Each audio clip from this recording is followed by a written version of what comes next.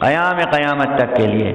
اس لیے یہ عجیب و غریب صنعت میں نازل ہوا ہے، اسی لیے چونکہ قیام قیامت تک کے لیے یہی کتاب کافی ہے، اسی لیے اس کے ہر فقرے کے ایک سے زیادہ معانی ہیں۔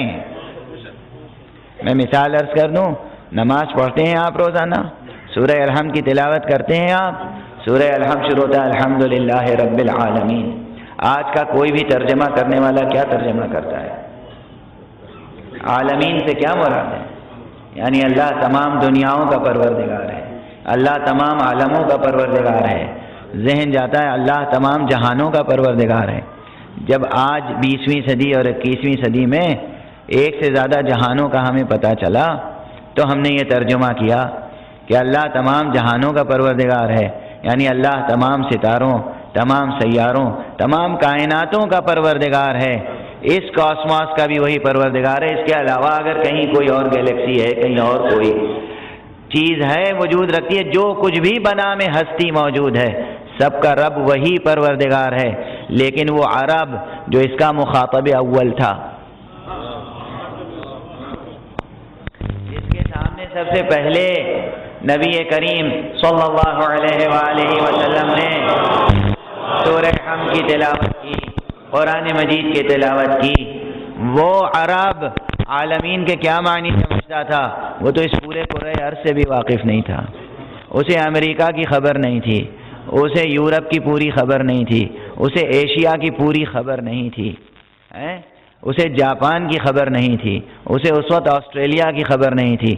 عرب کا جغرافیے کا علم کتنا محدود تھا اس وقت، عام انسان کتنا محدود علم تھا، وہ بھی رب العالمین کے معنی سمجھ رہا تھا۔ آج ہم بھی رب العالمین کے معنی سمجھ رہے ہیں، وہ بھی صحیح سمجھ رہا تھا، ہم بھی صحیح سمجھ رہے ہیں۔ کتنا تفاوت ہے؟ پوچھئے اصحاب کرام سے کہ وہ عالمین کے کیا معنی سمجھتے تھے؟ وہ عالمین کا ترجمہ کرتے تھے اللہ تمام انسانوں کا پالنے والا ہے، وہ ہر انسان کو ایک عالم کہتے تھے، وہ ہر انسان کو ایک عالم کہتے تھے۔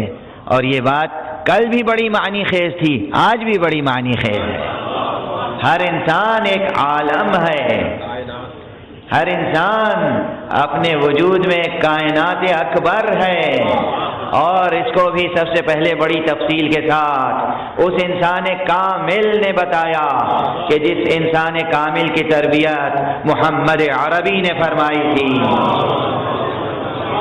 جس کا نام علی ابن ابی طالب ہے۔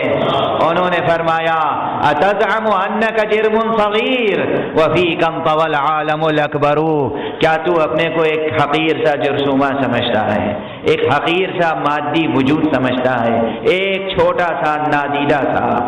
نہیں، تیرے اندر عالم اکبر پوشیدہ کر دیا گیا ہے،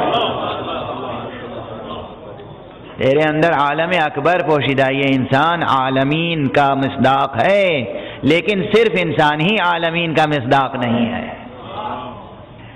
جتنے بھی عالم، جتنی بھی کائناتیں قیام قیامت تک وجود میں آئیں گی، وہ سب عالمین کی تفسیر میں شامل ہیں، اور صرف قیام قیامت تک جو عالم وجود میں آئیں گی وہی کیوں، قیام قیامت کے بعد جو کائناتیں وجود میں آئیں گی ان کا بھی وہی رب العالمین ہے، ان کا بھی وہی رب العالمین ہے۔ تو آپ کو اندازہ ہوا صرف اس ایک آیت سے کہ قرآن مجید کی ایک آیت کتنی گہرائی رکھتی ہے۔